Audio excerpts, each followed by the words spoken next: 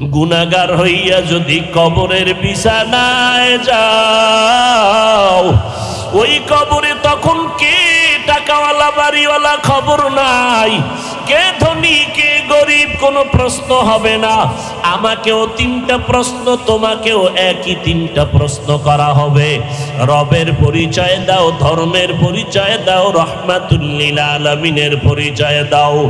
দুনিয়াতে যদি রবের গোলামি না করিয়া কবরে যাও, যারা রবের গোলামি করবে তারা জবাব দিবে রব্বি আল্লাহ। যারা ধর্ম ইসলাম মানবে তারা জবাব দিবে কবরে দীনি আল ইসলাম। যারা নবীর সুন্নত অনুযায়ী চলবে তারা নবীরে দেখিয়া চিনবে। নবী বলেন, আমার আল্লাহ গাইবী আওয়াজ দিয়া বলবে, ও ফেরেশতা কবরে জান্নাতের বিছানা দিয়া দাও, আমার বান্দা আরামে ঘুমাবে, কেউ ডিস্টার্ব করবে না। আর যারা গুনাহগার হইয়া কবরে যাবে, এদেরকেও যখন প্রশ্ন করা হবে তারা জবাব দিতে পারবে না, শুধু আফসোস করে বলবে, হা হা লা আদরি, আমি কিছুই জানি না, কিছুই জানি না। আল্লাহ রাগান্বিত হয়ে বলবে, ফেরেশতাই নাফরমানকে ধর, এর কবরে জাহান্নামের আগুন জ্বালাইয়া দাও। একটা না দুইটা না 70 থেকে 99টা সাপ কবরের মধ্যে জাহান্নামের আগুন। আল্লাহর অর্ডার হবে, ওরে কবরের মাটি, এই গুনাহগারের দুই দিক থেকে জোরে জোরে চাপ দাও। এত জোরে চাপ দিবে পাঁজরের হাড় চুরমার হয়ে যাবে। ও যুবক, এখনই কি গুনাহ ছাড়বা না? মানুষ তো শখ করিয়া অনেক সময় অনেক অন্যায় করে। তোমার মনের শখ লাগাইয়া দাড়ি রাখলা না কতদিন, এখনো কি তওবা করবা না? তোমার মনের শখে পার্কে পার্কে ঘুরলা কতদিন, এখনো কি তওবা করবা না? তোমার মনের শখে মোবাইলে কত গুনার কাজ করেছো, এখনো কি তওবা করবা না?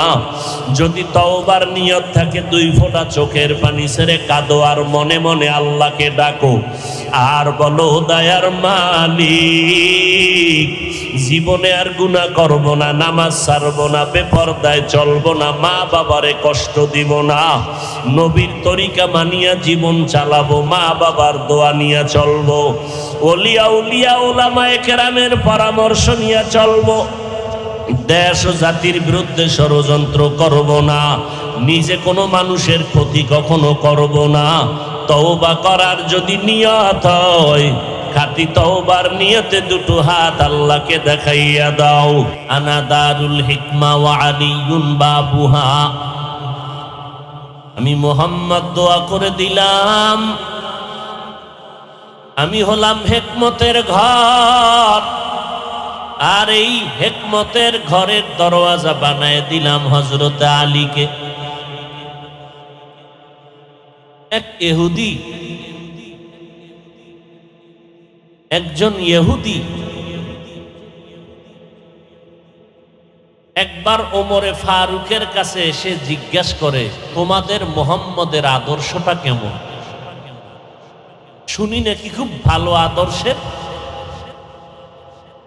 ওমর বলে, আমি তো 27 বছরের সময় কালেমা পড়ছি, তখন 39 জন মুসলমান মুহাম্মদের হাতে, আমি 40 নাম্বার, আমি ভালো কইতে পারুম না,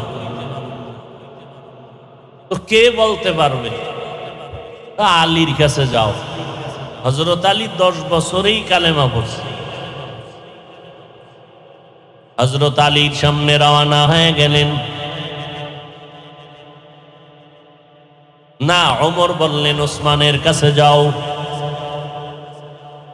ইহুদি বলেন, ওসমানের সামনে দাঁড়াইলাম, সেখান থেকে বলা হলো, সব থেকে বেশি নবীর আদর্শের গুণগান বলতে পারবে হযরত বেলাল।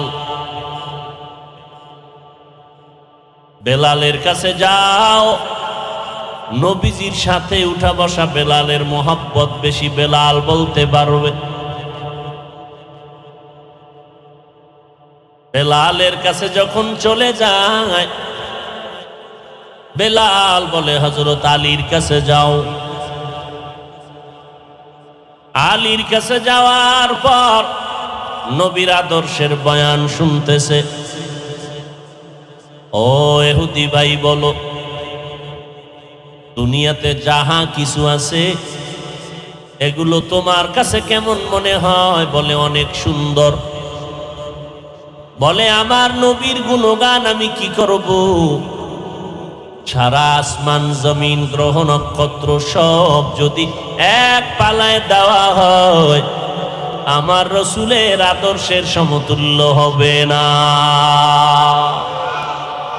ইমামুল আউয়ালিন আল আখিরিন বাহর সদকা রহমাতাল লিল আলামিন সাইয়্যিদুল কাউনাইন খাতমুল মুরসালিন আখির আমদ বুদ ফখরুল আউয়ালিন। পয়গম্বরের আদর্শ গ্রহণ করলেন আবু বকর। নবীর আদর্শ গ্রহণ করার কারণে মক্কার মানুষ এখন ভালো মানুষে পরিণত হয়ে গেল। যেই মক্কার মানুষ ছিল জমিনের মধ্যে নিকৃষ্ট, এখন তারা হয়ে গেল ইতিহাসের পৃষ্ঠায় শ্রেষ্ঠ। কেমন উৎকৃষ্ট আর শ্রেষ্ঠ হলো? আল্লাহ তাআলা 10 জনের নামে নবীর হাতে চিঠি দিয়ে দিলেন, ও জিবরাইল যাও, আমি নবীর 10 জন সাহাবার নামে জান্নাতের টিকিট ওকে করে ফেললাম। কয়জনের নামে?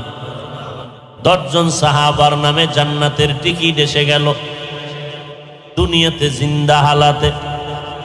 আপনাদের ঘটনা জানা থাকলে বলবেন, প্রথম সিরিয়ালে কার নাম বলেন? দ্বিতীয় সিরিয়ালে কার নাম? তৃতীয় সিরিয়ালে কার নাম? চতুর্থ সিরিয়ালে কার নাম? রাদিয়াল্লাহু আনহুম আজমাইন। এই এক একজনের ইতিহাস আজ দুনিয়াতে বিরল হয়ে আছে।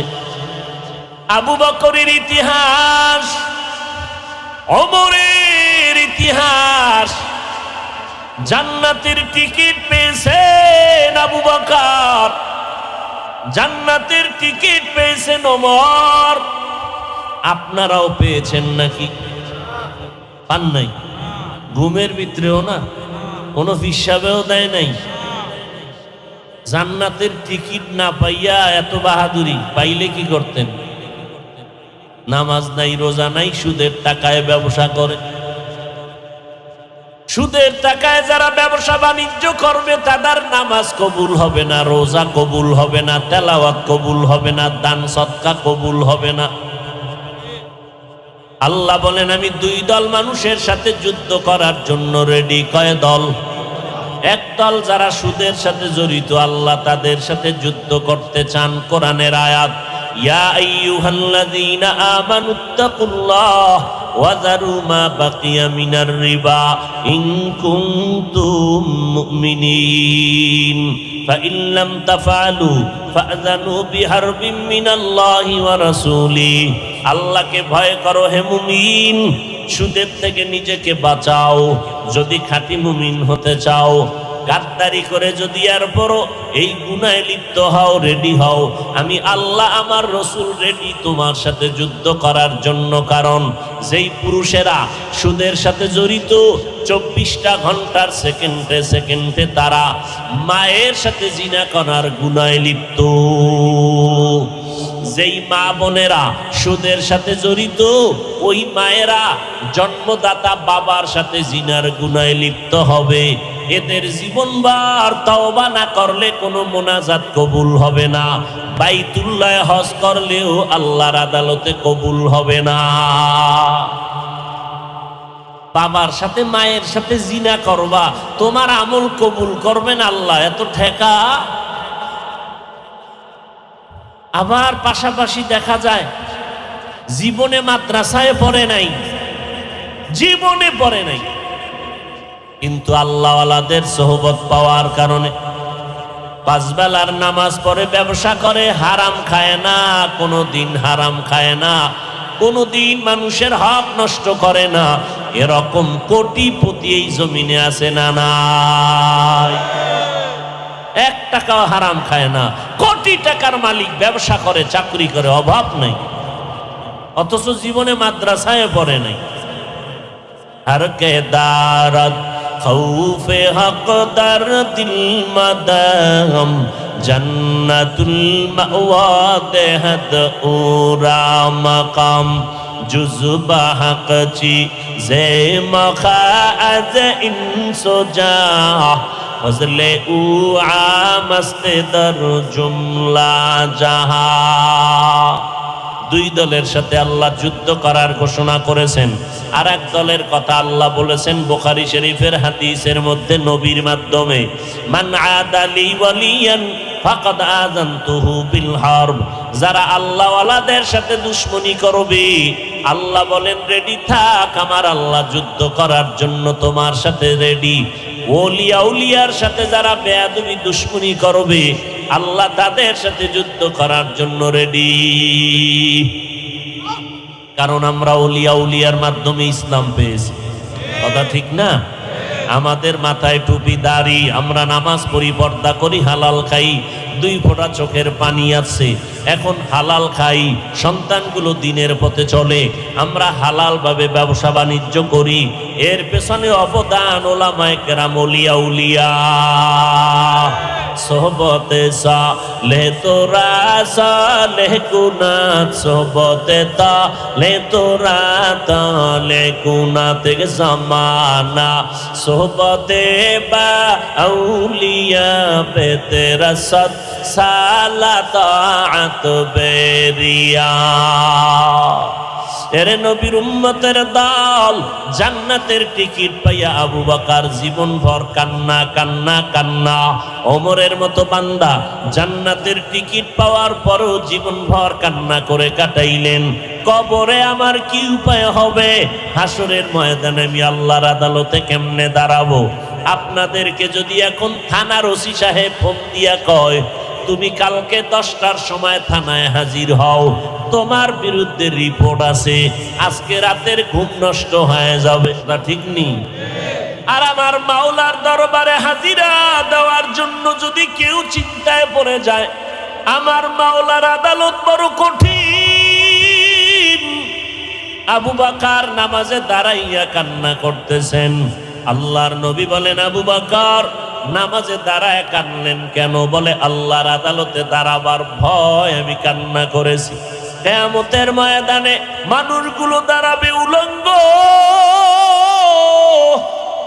সূর্যের গরমে মাথার মগজগুলো ভাতের মারের মতো ফুটতে থাকবে, জমিনটা হয়ে যাবে তামা। ওই কঠিন সময়ে কোনো আফসোস করার মতো বান্দা তোমার পাশে সান্ত্বনা দেওয়ার থাকবে না। মায়ার নবী বলতেছেন, সব নবীরা পর্যন্ত যাদের আমল নামায় কোনো গুনাহ নাই, তারাও হাসরের ময়দানে নাফসি নাফসি বলে কান্না করবেন। মূসা নবী কাঁদবেন আর বলবেন আল্লাহ আমাকে বাঁচাও, উম্মতের খবর নাই। ঈসা নবী কাঁদবেন আর বলবেন আল্লাহর আমারে বাঁচাও, উম্মতের খবর নাই। ইব্রাহিম নবী কাঁদবেন আর বলবেন আল্লাহ আমারে বাঁচাও, উম্মতের কথা কারো অন্তরে থাকবে না। আম্মা জান আয়েশা রাদিয়াল্লাহু আনহা বলেন, ও নবী ওই সময় আপনি রহমাতুল লিল আলামিন কি করবেন? মায়ার নবী বলেন, ওই সময় আমি মুহাম্মদ মাকামে মাহমুদের মধ্যে সিজদায় পড়ে কান্না করব আর বলবো আল্লাহ আমাকে বাঁচানোর কথা একবারও আমি বলবো না, আমি বারবার আল্লাহকে বলবো আল্লাহ আমার উম্মতের বাঁচাও, আমার উম্মত গুলোকে বাঁচাও। আবু বকর নামাজে দাঁড়ায় কান্দে আর বলে, নবী হাসরের ময়দানে যেদিন উলঙ্গ দাঁড়ায় যাব, আল্লাহ যদি ডেকে বলে রে আবু বকর আমি আল্লাহ কত নেয়ামত তোমাকে দান করেছিলাম, জান্নাতের টিকিট দিলাম 10 জনার সিরিয়াল একই তোমার নাম রাখলাম, ও আবু বকর নবীজি তোমার নবীর বিপদকালে তোমারে বন্ধু বানায় দিলাম, হিজরতের সাথী বানাইয়া এত নেয়ামত তোমারে দিলাম, আমার দরবারে সেই বিনিময় কি নিয়ে আসছো? আমি যদি আমল নামা পেশ করি, ও আল্লাহ নামাজ পড়লাম, রোজা রাখলাম, কোরআন তেলাওয়াত করেছি, তাহাজ্জুদ নামাজ পড়েছি। আল্লাহ যদি বলে আবু বকর তোমার আমল আমার কাছে পছন্দ হয় নাই, যেইভাবে নামাজ পড়লে আমি খুশি হব সেইভাবে নামাজ পড়তে পারো নাই, যেইভাবে তেলাওয়াত করলে আমি খুশি হব ওইভাবে তেলাওয়াত করতে পারো নাই, আমার কাছে আমল পছন্দ হয় নাই, সাথে সাথে আল্লাহর ওয়াদার হয়ে যাবে। এরে জাহান্নামের ফেরেশতারা আবু বকরের হাতে হ্যান্ডকাপ লাগায় দাও, জাহান্নামের দিকে নিয়ে যাও। এরে যুবক, ও পর্দার আড়ালের মা বোনেরা, ও বৃদ্ধ বাবাজি, জান্নাতের টিকিট পাইয়া যদি আবু বকর সারা রাত কাঁদতে পারে, আমলের তাদের অভাব নাই, এলেমের অভাব নাই, ইখলাসের অভাব নাই, তাহাজ্জুদের মধ্যে ঝামেলা নাই, সংসারের হক আদায় করতে তাদের দুর্বলতা নাই, জিহাদের ময়দানে দুর্বলতা নাই, জান্নাতের টিকিট পাইয়াও যদি তাদের অবস্থা এমন হয়, ও বান্দা একটু চোখ দুইটা বন্ধ করে নিজের জীবনের দিকে তাকাও। আজকে জীবনের দিকে তাকাইয়া দেখি এই ময়দানে আমার মতো গুনাহগার কেউ নাই। আজকে বক্তা হইয়া চেয়ারে বসছি, অথচ আমার গুনার কারণে দেখি আমার হাত না পাক, আমার ঠোঁট গুনার কারণে না পাক, আমার চোখ দুইটা গুনার কারণে না পাক, আমার অন্তরটা গুনার কারণে না পাক। আমার মতো গুনাহগার এই ময়দানে কেউ নাই। এরে যুবক, একটু চিন্তা করো, কই ছিলা, কই আছো? এক সময় তুমি আব্বু কয়া ডাকতে পারো নাই। আল্লাহ তোমার জবানে কথা বলার শক্তি দান করেছেন। তোমার মতো বয়সের কত যুবক দেখো, তোমার দুইটা চক্ষু দিয়া রাত সারা রাত মোবাইল চালাও, গুনাহ করো। তোমার মতো কত বান্দা আছে দুই চোখের পাওয়ার নাই, অন্ধ বানাইয়া আল্লাহ পাঠাইছেন, রাস্তায় রাস্তায় ভিক্ষা করে। আমার আল্লাহ যদি তোমারে ঘুমের মধ্যে অন্ধ বানাইয়া দিতেন, বলো তুমি মোবাইলে গান বাজনা কেমনে দেখতা? আল্লাহ তোমারে সুন্দর চেহারা দান করেছেন, আল্লাহর দেওয়া নিয়ামত খাইতেছো, আল্লাহর দেওয়া পানি ভোগ করতেছো, আল্লাহর দেওয়া বাতাস, আল্লাহর দেওয়া জমিনের ফসল গাছের ফল খাইতেছো। তোমারে যদি কেউ ৫,০০০ টাকা দেয়, তুমি তার গুণগান গাও। তোমারে যদি একটা রিক্সা কিনিয়া দেয়, তুমি তার গুণগান গাও। তোমারে যদি একটা দোকান উঠাইয়া দেয় কেউ ব্যবসার জন্য, তুমি তারে জীবনে ভুলো না, তোমার চেয়ার ছাইরা তারে বসার জন্য আগায় দাও। আমার মাওলায় তোমারে দুইটা হাত দিছেন, বলো আল্লাহরে কি দিয়েছো? আমার মাওলায় তোমারে দুটো সুন্দর চক্ষু দান করেছেন, বলো এর বিনিময়ে আল্লাহকে কি দিয়েছো? আমার আল্লাহ তোমারে সুন্দর হায়াত দিয়েছেন, বলো আমার মালিকের কি দিয়েছো? আমার আল্লাহ তোমার জবানে কথা বলার শক্তি দান করেছেন, বিনিময়ে আল্লাহকে কি দিয়েছো? আল্লাহ দুটো হাত ভালো রাখছেন, বলো বিনিময়ে আল্লাহকে কি দিয়েছো? আল্লাহ তোমার আমার প্রয়োজনে সূর্যের আলো দিয়েছেন, বলো বিনিময়ে আল্লাহকে কি দিয়েছো? রাতের বেলা চাঁদের আলো দিয়েছেন, বলো আল্লাহকে কি দিয়েছো? আমার আল্লাহ জমিনের ফসল তোমার আমার জন্য কত সুন্দর করে দিয়েছেন, ভোগ করার জন্য তুমি আল্লাহকে কি দিয়েছো? আল্লাহ তো তোমার বাড়ি চায় না, টাকা চায় না, পয়সা চায় না। আল্লাহ তো বলে নাই ব্যবসা বাণিজ্য লেখাপড়া চাকরি বন্ধ করে সারা রাত সেজদায় পড়ে থাক, আল্লাহ তো এটা চায় না। আল্লাহ বলে বান্দা ব্যবসা কর, লেখাপড়া কর, চাকরি কর, সময় মতো সেজদাতে 5 বেলার নামাজ পড়, মা বাবার দোয়া নিয়ে চল, ওলামায়ে কেরামের পরামর্শ নিয়ে চলো, নবীজির আদর্শ মানিয়া চলো। নবীর আদর্শের কারণে আজকে এত সম্মান। সারা দুনিয়াবাসী আজকে ইসলামের দুশ্মনী করে, বেঈমানেরা মাদ্রাসার বিরোধিতা করে, কোরআনের বিরোধিতা করে। ও যুবকেরা, আমরা যারা টুপিওয়ালা দাড়িওয়ালা নামাজ পড়ি, পর্দা করি, হালাল খাই, বলো আমাদের স্বাধীনতা কোথায় নষ্ট হয়ে গেল? আমাদের খানাও বন্ধ হয় নাই, আমাদের চলাফেরার স্বাধীনতাও নষ্ট হয় নাই। আমাদের মতো দাড়িওয়ালা নামাজি ব্যবসা করে, অভাব নাই, চাকরি করে, অভাব নাই। তুমি কেন বলো নবীর তরিকা মানলে স্বাধীনতা চলবে না? বরং আমি চ্যালেঞ্জ করে বলবো, আমরা যারা নবীর তরিকা মানিয়ে চলি, আমাদের মতো সম্মানে জমিনে বর্তমানে কেউ নাই। আমরা যারা নবীর আদর্শ মানিয়া চলি, আমাদের মতো শান্তিতে জমিনের মধ্যে কেউ নাই।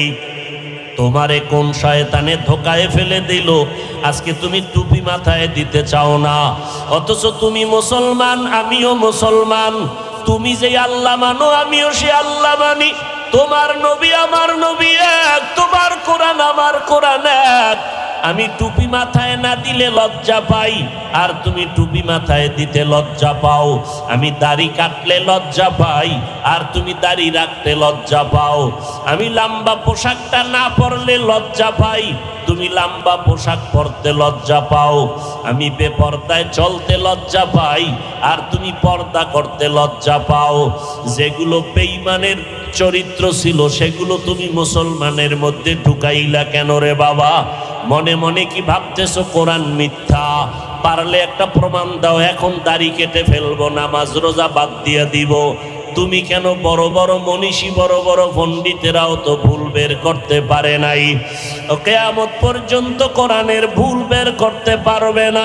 ওই কোরআন সত্য, ওই কোরআনে গুনাহ নিয়ে যারা কবরে যাবে তাদের জাহান্নামে ভুগতে হবে, তাও সত্য।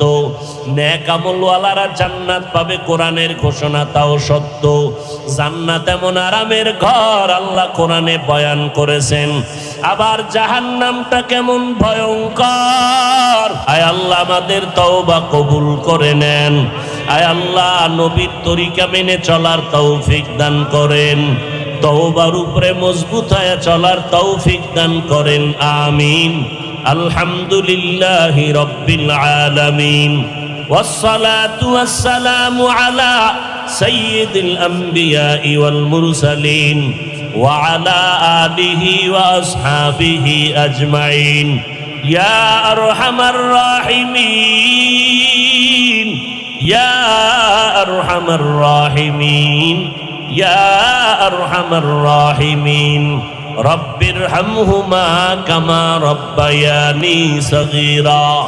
আল্লাহুম্মা ইন্নাকা আফুউন কারীম তুহিব্বুল আফওয়া ফা'ফু আন্না। ও দয়ার মালিক,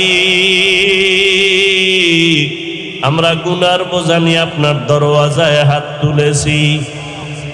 কত উলামায়ে কেরাম, কত মুরব্বী, কত হাজী সাহেব, কত ব্যবসায়ী, কত চাকরিজীবী, কত যুবক, কত ছাত্র ভাই, পর্দার আড়ালে কত মা বোনেরা হাত তুলেছেন। মেহেরবানি করে সবার জীবনের সমস্ত গুনাহগুলো মাফ করে দেন আল্লাহ। আয় আল্লাহ, আয়োজনকারী, সহযোগিতাকারী এলাকাবাসীকে কবুল করে নেন। আলোচনার ভুল ত্রুটি ক্ষমা করে দেন। আয় আল্লাহ, সারা দুনিয়াবাসীকে মাফ করে দেন। বাংলাদেশ শান্তির দেশ বানায় দেন। আয় আল্লাহ, প্রশাসনিকভাবে যারা কাজ করে দিনের খাদেম বানাইয়া দেন। আয় আল্লাহ, জনপ্রতিনিধির দায়িত্বে যারা, সবাইকে দিনদার বানায় দেন। আয় আল্লাহ, সমস্ত মাদ্রাসা মসজিদ কবুল করে নেন। অন্যান্য শিক্ষা প্রতিষ্ঠান নবীর আদর্শের আদলে কবুল করে নেন। ও দয়ার মালিক, পর্দার আড়ালের মা বোনদের আবেদা বানাইয়া দেন। সন্তানগুলো নেককার বানায় দেন। আয় আল্লাহ, আমার কলিজার প্রত্যেকটা যুবকের দিনের খাদেম বানায় দেন। 5 ওয়াক্ত নামাজি, কোরআন পড়নেওয়ালা বানাইয়া দেন। মোবাইলের গুনাহের থেকে হেফাজত করেন আল্লাহ। মোবাইলের গুনাহের থেকে হেফাজত করেন। মোবাইলের গুনাহের থেকে হেফাজত করেন। আয় আল্লাহ, অন্তর থেকে রিয়া, হাসাদ, কিবির দূর করে ইখলাস দান করেন। ইলম, হিলম, হিকমত, আমলে বরকত দান করেন। আয় আল্লাহ, চলার পথে ইজ্জতের সাথে হেফাজত করেন। সারা দুনিয়ায় ইজ্জতের সাথে খেদমতের জন্য কবুল করে নেন। নবীজির সুন্নাতওয়ালা জিন্দেগি আমাদের দান করেন। আয় আল্লাহ, নবীজির রওজা মুবারক বাইতুল্লাহ জিয়ারতের তৌফিক দান করেন। আয় আল্লাহ, আমাদের সবার দিলের নেক আশা পূরণ করে দেন। আমরা যারা হাত তুলেছি জানি না কার মা নাই, কার বাবা নাই। অন্ধকার কবর থেকে দোয়া চায় রে সন্তান, ওই মা বাবার চেহারাটাও কি মনে পড়ে না? ও আল্লাহ, জানি না ময়দানে কারা ইয়াতীম। আয় আল্লাহ, এতিমদের আমিন কবুল করে।